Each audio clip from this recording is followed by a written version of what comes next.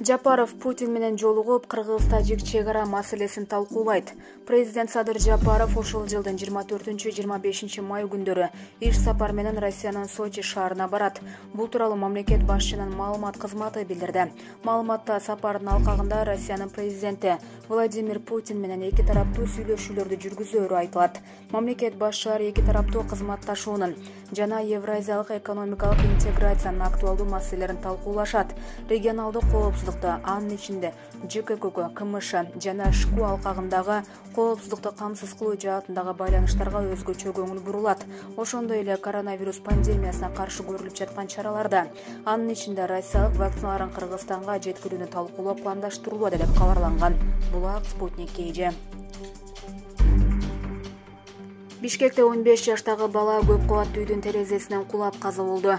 Бул тууралуу Борбор калаанын 1-май райондук ички иштер башкармалыгынын маалымат кызматы билдирди.